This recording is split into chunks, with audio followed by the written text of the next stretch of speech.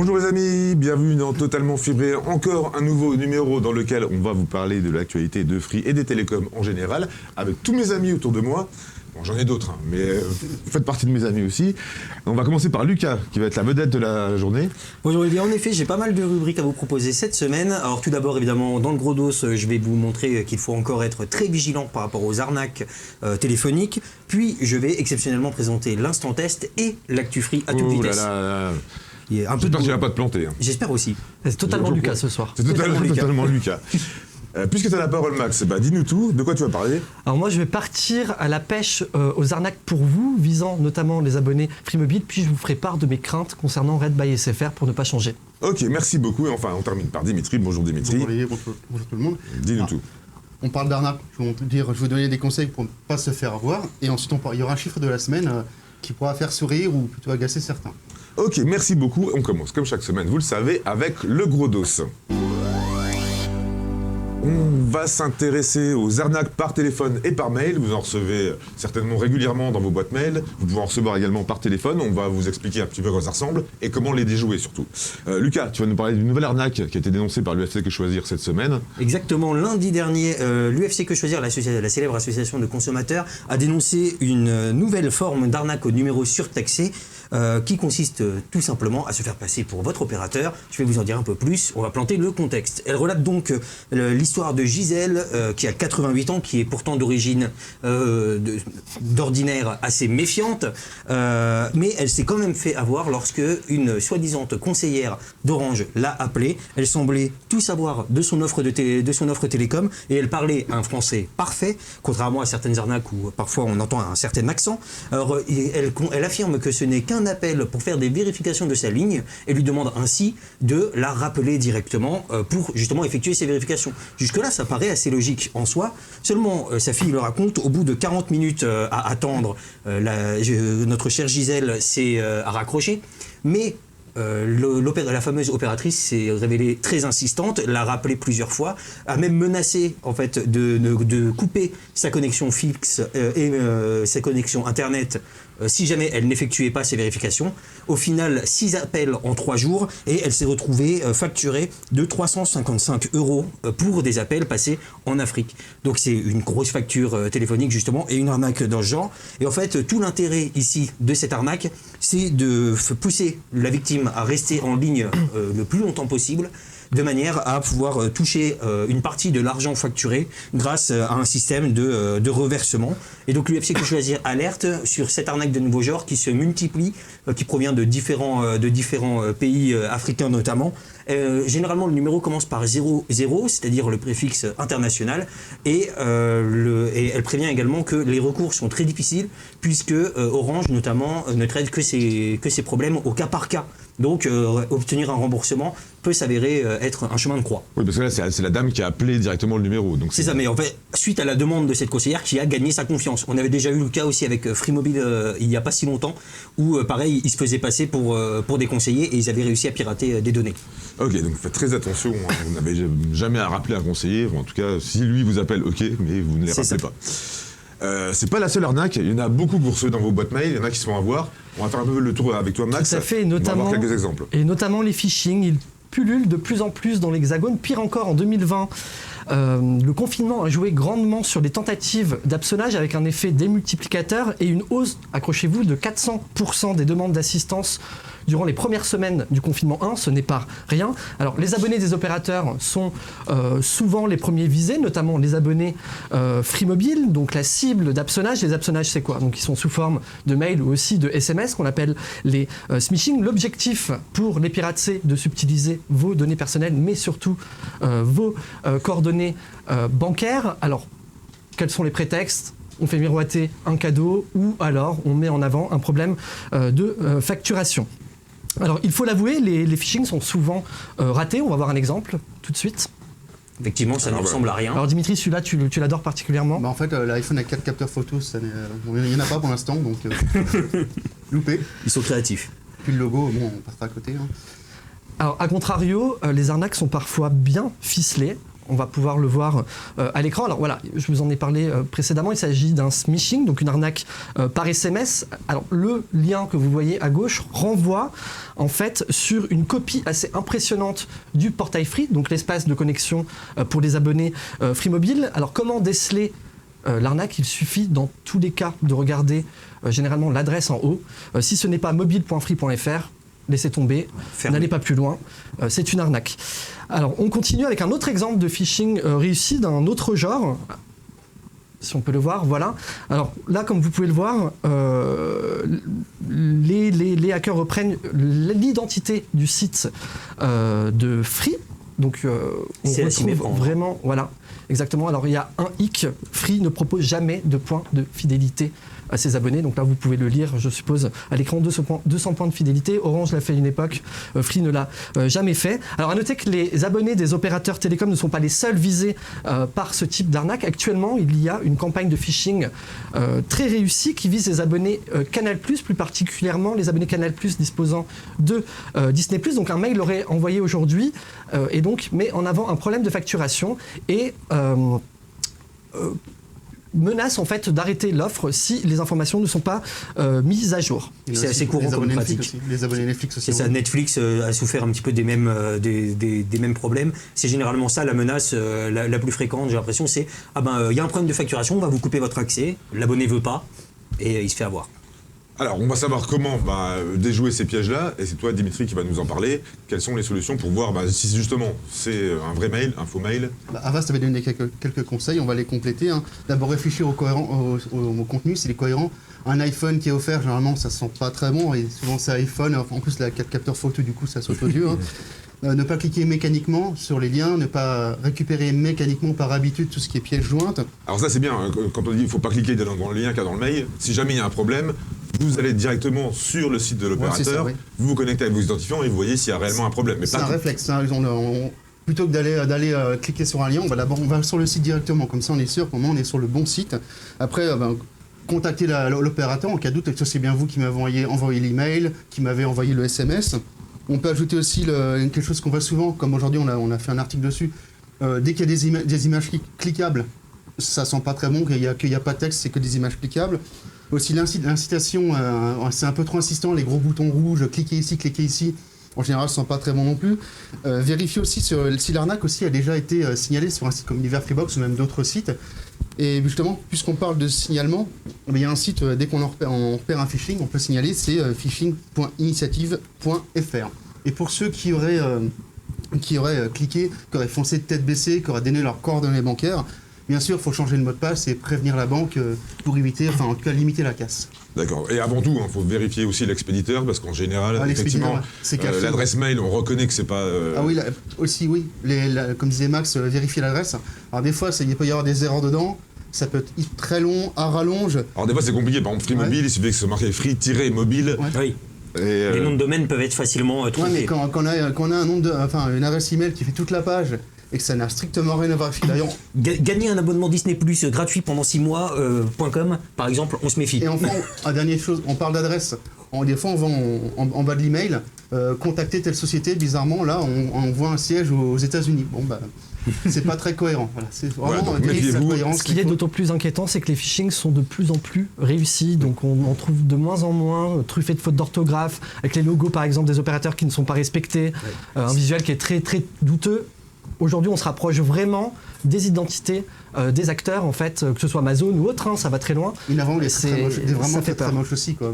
Oui, mais justement, de moins en moins. La plateforme cybermalveillance.gouv l'a annoncé, les phishing, et le temps des phishing avec 1000 fautes d'orthographe est quasiment révolu. Il y en a de moins en moins. Alors toi, tu en vois encore beaucoup, mais en même temps, c'est parce que nous, on est dans ce domaine-là. Mais en tout cas, d'après le gouvernement, il y en a de moins en moins et c'est de plus en plus efficace. Ok, merci beaucoup pour ces conseils et ces exemples.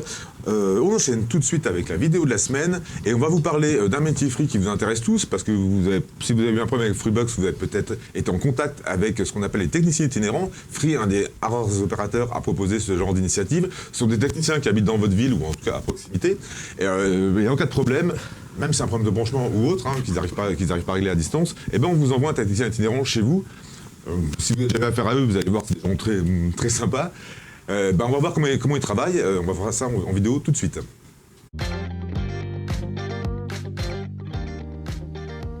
m'appelle Johan, j'ai 29 ans. Ça fait 6 ans que je travaille chez Free en tant que technicien itinérant.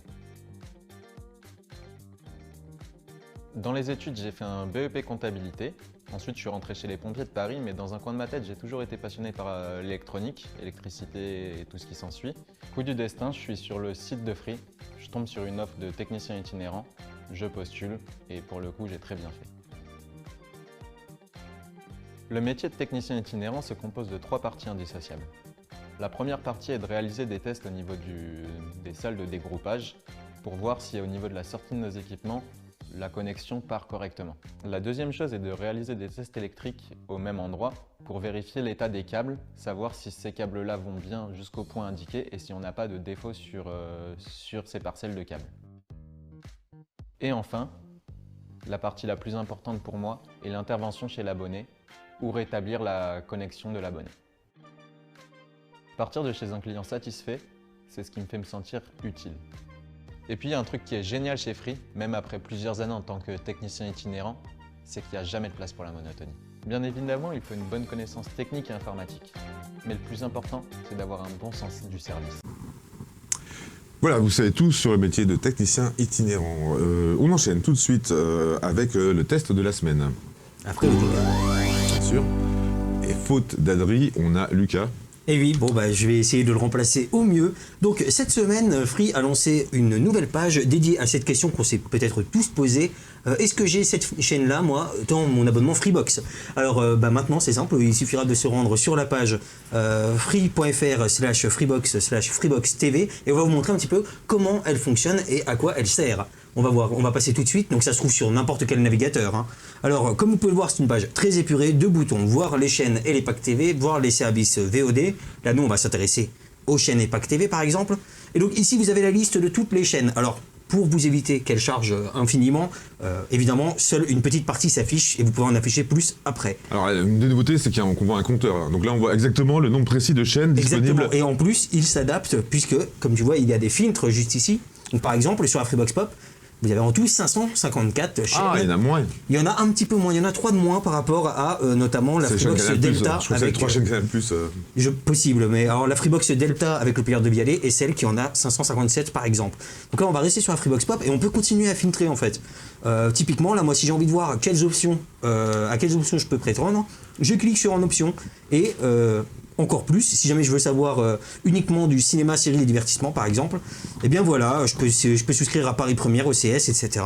Vous pouvez cliquer, vous avez donc un descriptif complet de cette chaîne, le prix évidemment, le tarif mensuel, et donc les players sur lesquels elle est disponible ou directement incluse. Donc là typiquement, player de Vialet c'est inclus, et Freebox Révolution aussi. Les autres grisés, vous pouvez les avoir, mais seulement en option. Voilà, quand c'est grisé, c'est que c'est en option. Quand on les voit affichés, comme là, la Delta et la Freebox Révolution. Et on a même également dans quel pack c'est disponible. Là, typiquement, justement, c'est dans Famille by Canal. Et donc, qu'est-ce que ça donne? Également un moteur de recherche, évidemment. Et pour les services VOD, le fonctionnement est sensiblement le même. Vous filtrez par offre. Typiquement, voilà, qu'est-ce qu'il y a sur la Freebox Révolution? Qu'est-ce qu'il y a d'inclus? Et juste Free Ligue 1. Qu'est-ce qu'il y a en option? Tout le reste, donc je filtre par catégorie après si j'ai envie. Je peux même filtrer par type, location, abonnement ou achat définitif. Donc abonnement c'est typiquement les services de SVOD, donc Brutix, Netflix, etc. Donc une page bien pratique pour savoir à quoi vous avez droit sur votre Freebox. Si jamais vous voulez souscrire à une option ou savoir exactement quel sera le prix et comment y accéder, quel canal, super pratique. Ok, merci beaucoup Lucas, t'as été parfait. Et merci beaucoup. Pour ton premier test, c'était plutôt pas mal. Yes. Je suis content. Tout de suite, c'est le up and down. Et Max va nous parler d'un down qui pourrait être un up, mais pour toi c'est un down. Ça dépend pour qui. J'ai envie de dire qu'avec Red by SFR, c'est pas toujours clair. Alors en pleine bataille, vous avez dû le voir, en pleine bataille sur la data face à Bouygues Telecom, SFR semble relancer cette fois-ci la bataille sur les prix. Alors pas sur tous les forfaits. L'opérateur a dégainé hier, il me semble, un forfait 20 Go à 5 € par mois, sans prix qui double au bout d'un an.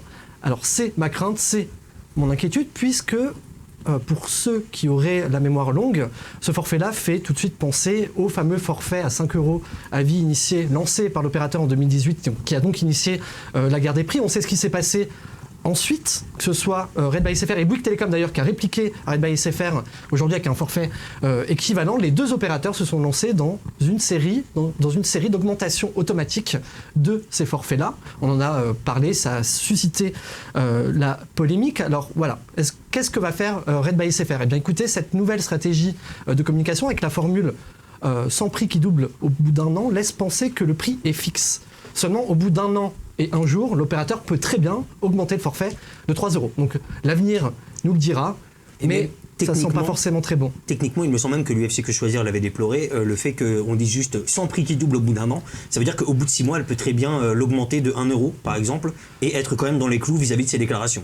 Aussi. S'il avait mis sans prix qui augmente au bout d'un an, ça serait clair, net, précis, à la limite.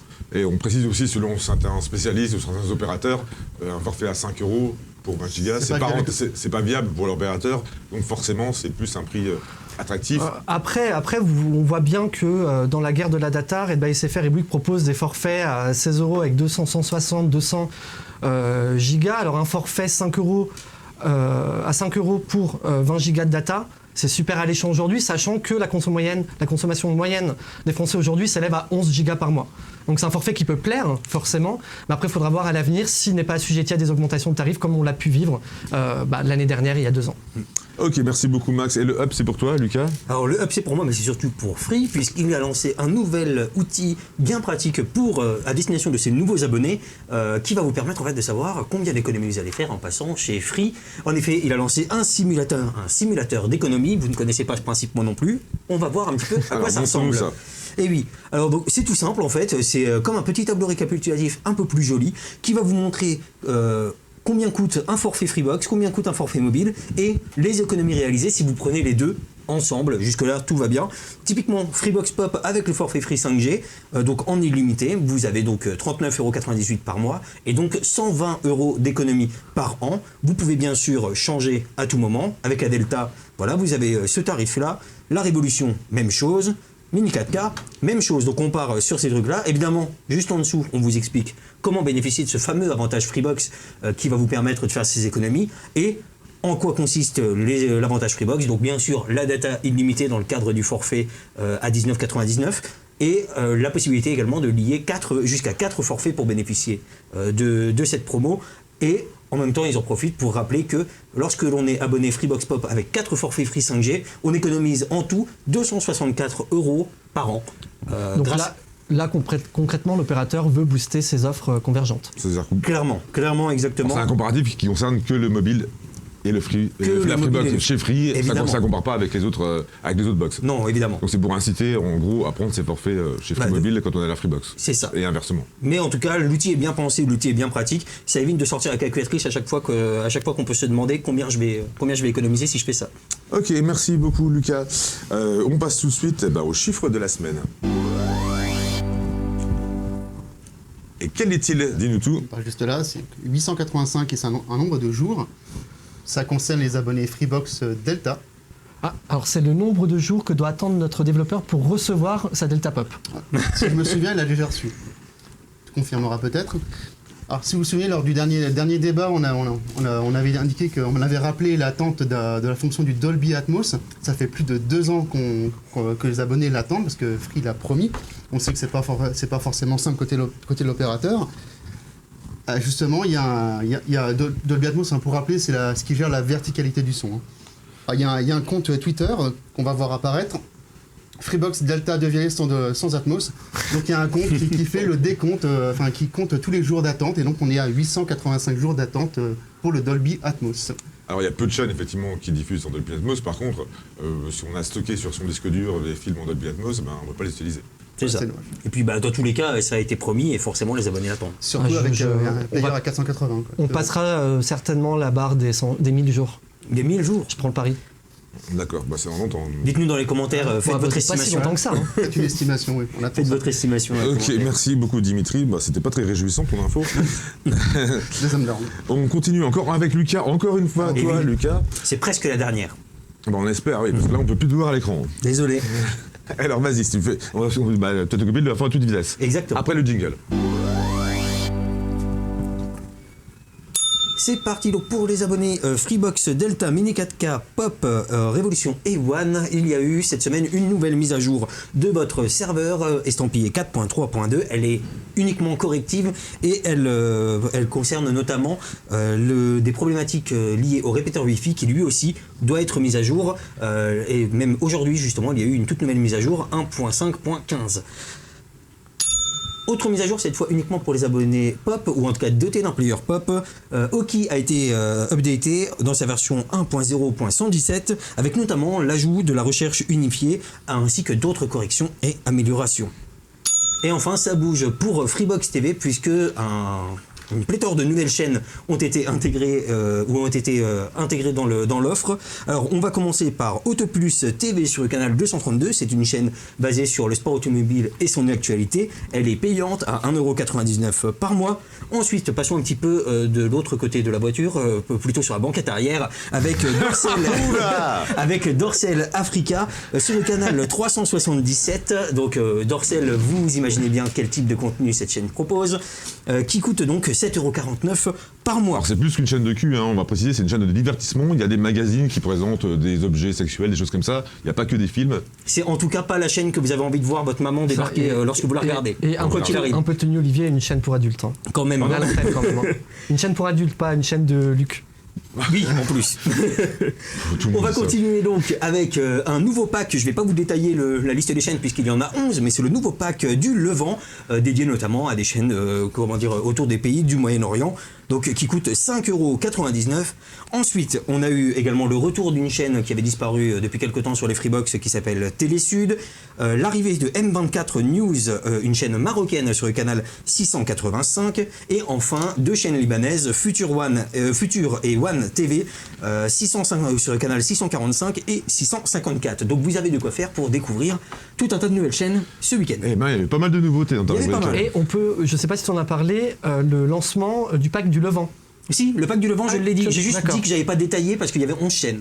Il y a 11 chaînes, les 11 ne sont pas disponibles pour le moment, on est à 9. D'accord. Il y en a encore 2 qui devraient être intégrés, ça devrait arriver prochainement. Donc le Levant qui se trouve géographiquement dans le Moyen-Orient. Surtout, généralement, on l'attribue au Liban. Mais dans quel continent? Ah, l'Asie. Ah, bah voilà. Eh oui. Parce qu'on se posait la question juste avant l'émission. Eh oui. Bah c'est bien, t'as trouvé la bonne réponse. Merci beaucoup Lucas, on enchaîne tout de suite avec le Free Fight. On va s'intéresser aux applications disponibles sur la Freebox. Vous savez qu'il y a deux solutions. Il y a soit l'OS propriétaire de Free, disponible sur la Freebox Delta et sur la Freebox Révolution. Dans ce cas-là, on va trouver un Free Store. Et sur la One.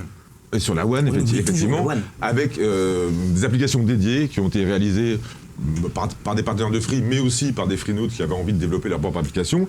Et de l'autre côté, la Freebox Mini 4K et la Freebox Pop qui utilisent le Play Store de Google. Quel avenir pour le Free Store et quel avenir pour les box de Free en général? Parce que le Free Store, on a beau dire ce qu'on veut, il n'y a pas de nouvelles applications, aucune n'est sortie depuis au moins plus de 3 mois. Est-ce que Free peut de lui-même sortir ses propres applications ou est-ce qu'il vaut mieux qu'il passe systématiquement par Android TV?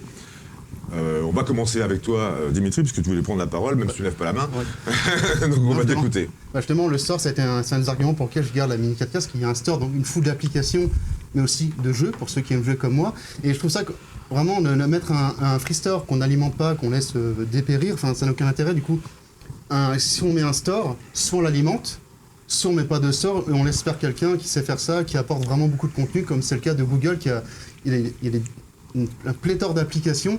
Du coup, la présence du store sur la Mini 4K, mais aussi sur la Pop, c'est un intérêt. Mais là, le store, par exemple, sur la Freebox, Player Freebox Delta, ça sert strictement à rien. Sachant qu'il y a même sur le store de la Freebox Delta, il y a même moins d'applications, comme on le disait au débat, que sur la Freebox Révolution. Quoi. Donc, il n'y a pas les jeux. C'est ça. Soit on en met un, soit on laisse faire les autres. Alors on explique pourquoi Free a fait ce choix-là, c'est-à-dire qu'à partir du moment où c'est un OS maison, il y a plus de fonctionnalités qui peuvent être implémentées dans cet OS pour le player. À partir du moment où on passe par Android TV, il y a des limitations que Free ne peut pas maîtriser. Donc il y aura forcément moins de services à partir du moment où c'est sous Android que si c'est une OS maison. Et c'est un véritable problème aujourd'hui, c'est bien qu'on en parle. Alors effectivement, le Free Store de la Delta est dépourvu d'applications. Les applications sont des portages des applications Freebox Révolution. Elles ne sont en majorité pas du tout intéressantes, il faut le dire. Et Il n'y là, a pas tous les jeux, en tout cas. c'est même pas, Par c'est même- exemple, c'est même le pas jeu qu'une histoire de jeu, c'est qu'aujourd'hui on attend par exemple Disney Plus sur la Delta. Ça demande du développement, ça va arriver plus tard sur la Révolution aussi. Pourquoi ? Parce que ces box-là ne sont pas sur Android TV. Alors Free a dit que ces box premium seraient avec une interface maison, mais si je me projette sur la prochaine Freebox, je pense que Free a plutôt intérêt à passer par Android TV, parce qu'il y a beaucoup d'abonnés qui attendent, par exemple, qui veulent Molotov TV pour leur utilisation au quotidien ou sur nos téléviseurs. Il y a les problèmes de Disney+, et il y a aussi, voilà, comme tu l'as dit, le Google Play Store, c'est quand même une vraie puissance. C'est un magasin d'applications qui est gigantesque. Pour tous les utilisateurs de Freebox Pop ou Mini 4K, c'est essentiel. On peut tout avoir, on peut tout télécharger. Si tu parles de Molotov TV pourrait très bien développer une version pour les Freebox. Si effectivement Free mettait en avant Ça prend ce du service. temps en fait. Par exemple, Téléstar. Puis c'est qui est pas rentable disponible. pour du temps. Molotov. On le sait pas parce que justement Free met pas en avance. Il y a aussi une question d'accord. Par exemple, Salto est disponible sur Android TV, on l'a sur la Freebox Pop, on l'a sur la Freebox Mini 4K, il me semble. On l'a pas sur les box avec interface native de Free parce qu'il faut des accords, ça prend du temps. Après, il y a une phase de développement et les abonnés attendent. Donc, est-ce qu'il serait pas mieux en fait de proposer des Freebox ? On va voir le succès de la Pop et de la Delta Pop, mais dans les prochaines générations, d'arrêter de se casser la tête et de proposer Android TV. Donc sur toutes les nouvelles box sur Android TV. T'en penses On le quoi, sait Edgar pas, on le sait pas. Moi, effectivement, c'est un petit peu ce que je pense, et c'est un petit peu pour moi la direction qu'a pris Free avec la Freebox Pop, puisque finalement, quand on regarde, c'est une interface Android TV, mais également sa propre interface en lançant simplement Oki. C'est-à-dire que l'interface d'un opérateur, elle nous intéresse dans le cadre surtout de la télévision, je pense, plutôt que dans le cadre d'une interface de gestion de box. Donc on laisse Android se charger un petit peu de tout ce qui est gestion de box, d'intégrer des applications, etc. Et Free peut se concentrer à fond sur son interface TV qui doit être parfaite et j'ai envie de dire vraiment complète à tous les niveaux. Et je pense que justement là-dessus c'est peut-être la direction vers laquelle va s'orienter Free, puisque j'imagine qu'avec le retard sur les applications de la Freebox Delta, il s'est peut-être rendu compte que essayer de gérer son propre store et pouvoir proposer un service qui est équivalent à une box Android, c'est impossible. Et je vois mal, en fait, là, aujourd'hui, avec toute l'équipe de développement qui a derrière Oki qui va être lancée sur différents supports, je vois mal Oki ne pas arriver sur la prochaine, c'est V9. C'est ça. Donc je pense À mon avis, effectivement il y aura que c'est. Oki peut-être avec une interface. Je pense effectivement que c'est la nouvelle stratégie. Avec un système d'exploitation. Il faut savoir, au lancement de la Freebox Revolution, quand le Free Store a été lancé, Free avait comme signé des partenariats, notamment avec Gameloft, qui portait tous ses jeux enfin pas tous ses jeux, mais en tout cas une partie de ses jeux sur la Freebox Revolution. Il a permis à tous les développeurs, soit vous, moi, ou n'importe qui, peut développer ses propres applications sur la Freebox, peut même les faire payer. Au début, c'était vraiment une ambition de Free de proposer un vrai store pour la télévision et avec des applications adaptées à la Freebox et à la télévision. Mais là, on est dans l'ère des services SVOD et c'est beaucoup plus simple d'avoir Android TV. Là, ce qui sauve un petit peu les abonnés Freebox Delta par rapport aux services SVOD, c'est qu'ils ont Prime Video, ils peuvent passer par Amazon Channels pour accéder à une pluralité de services. Mais le truc, c'est ça, c'est que c'était une révolution, ça, à l'époque de la révolution. Maintenant, maintenant Android TV, je pense, a complètement emporté le marché. Tout bêtement, il est installé. Android TV n'est pas disponible sur toutes les télé. Chacun son OS. Non, mais Android TV, certes, mais en tout cas, même le Play Store en général. Le Play Store en général est proposé sur quasiment toutes les télés et sur pas mal de box. Parce que Free a abandonné aussi ce service-là. On peut imaginer, par exemple, chez Oki, ils ont lancé carrément un service Oki avec des dizaines de développeurs. Pourquoi ils ne lanceraient pas aussi un service? C'est un travail monstre. Avec des dizaines de développeurs. Ils pourront jamais suivre, ils pourront jamais, même s'ils relancent le magasin d'applications, proposer toutes les applications, en tout cas les applications les plus utilisées d'Android TV. D'une part, ils peuvent développer leurs propres applications avec un service dédié qui en proposait plusieurs chaque mois. Déjà, ce serait des nouveautés chaque mois. Et aussi faire des partenariats comme avec Gameloft. Et que ceux-ci portent leur. Oui, mais le but d'un magasin d'applications, c'est aujourd'hui, même sur Android TV, c'est pas les jeux. Oui, non. Justement, Dimitri, t'avais un truc à dire? Ouais, mais justement, c'est côté développeur. Là, un développeur qui développe pour Android TV, il va cibler un max d'appareils. Là, le développeur sera moins intéressant pour lui de développer un petit parc. C'est problématique, mais Free, c'est le à l'international aussi. Il va partir en Italie, il va partir en Pologne. C'est-à-dire que ça va forcément plus simple parce que les versions internationales sur Android TV, il y en a déjà pas mal. Et d'autant plus, et je pense que c'est le même problème que ce que Huawei a en ce moment sur le marché du téléphone mobile. Ils ont une app galerie, certes, ils ont des accords pour certaines applications application, certes. Ouais, En mais c'est le attendant, même- c'est le même Dimitri, quand principe, il les oui. teste, il est juste désespéré. C'est la Bérésina. Non. Parce que c'est la Bérésina complète. C'est Et des je pense messages que d'erreur. Free est en train, si jamais il se maintient à vouloir garder un Free Store, il va finir comme le Huawei des opérateurs au niveau des box et se retrouver avec juste, 3 applications pauvres développées à la va-vite qui seront pas Bon, efficaces. après, il faut quand même nuancer. La Livebox a aussi son interface maison. Bien sûr. Et c'est faire aussi, il n'y a que la B-Box qui est sur Android TV et la Freebox Pap et Mini 4K. Oui, voilà. Et puis, Je en pense plus, que c'est l'avenir. les applications sont très peu utilisées sur les Freebox, d'après les élus qui sont Bah, sortis. avec l'émergence des services de SVOD, je pense que ça devient de plus en plus. Mais ça, Free l'intègre directement sur l'interface, donc ça c'est Pas moins, toujours, c'est et moins, pas- c'est moins pas un aussi problème. vite. Et pas aussi vite. Et on est vraiment dans une période où les gens sont exigeants et ne veulent pas attendre, les abonnés en tout cas. C'est ça. Parce qu'il y a quand même, ça peut paraître discriminant. J'ai la Freebox Delta Player des Vialet. Mon cousin a la Freebox Pop. Pourquoi je n'ai pas accès au même service? Pire, ton cousin a la Freebox Mini 4K. Et il a plus. Et que il a moi. plus. Mais ce qui veut dire que toutes les prochaines Freebox auront une application sous Android, un peu comme Oki. Ce serait le mieux. Si vous pensez que ce serait C'est mieux. un très bon- c'est un très bon Il y a des choix, choses qu'on ça. ne peut pas faire. Par exemple, je vais vous donner un exemple tout simple. Par exemple, le système d'alarme sur la Freebox Delta, on peut voir directement sur la télévision la caméra, comme on peut le voir sur l'application Bien sûr. Freebox. Ce n'est pas possible, par exemple, de Mais le ça, faire c'est parce sur... que Free tient à tout prix à développer ses propres outils aussi. Voilà, donc ça, c'est aussi limitant. Le fait d'être que sur Android TV, ils ne peuvent pas tout faire. Oui, puis Free reste Free. Free est à fond sur l'innovation. Alors, est-ce qu'il va lâcher ses interfaces maison puisqu'il adore les développer? Ça prend du temps, par contre, à chaque fois. Ça peut repousser aussi des lancements de box. Ouais. À voir pour la prochaine génération. C'est bon, vous avez terminé? Ah oui. Ah oui. Eh ben super, bon, on arrête là. On vous remercie parce qu'on vient de dépasser la barre des 25 000 abonnés. Merci. C'est peu, mais pour nous, c'est beaucoup. Et vous le savez, en plus, les vidéos ne sont pas monétisées, il n'y a pas de pub, on ne gagne rien en faisant ces vidéos-là. Donc on vous remercie, n'hésitez pas à vous abonner en tout cas. On se retrouve toute la semaine sur universfreebox.com et la semaine prochaine pour Totalement Fibré, et même tous les soirs sur la chaîne YouTube quasiment, puisqu'on vous propose des vidéos quasiment quotidiennement. Voilà, c'est tout. Ciao.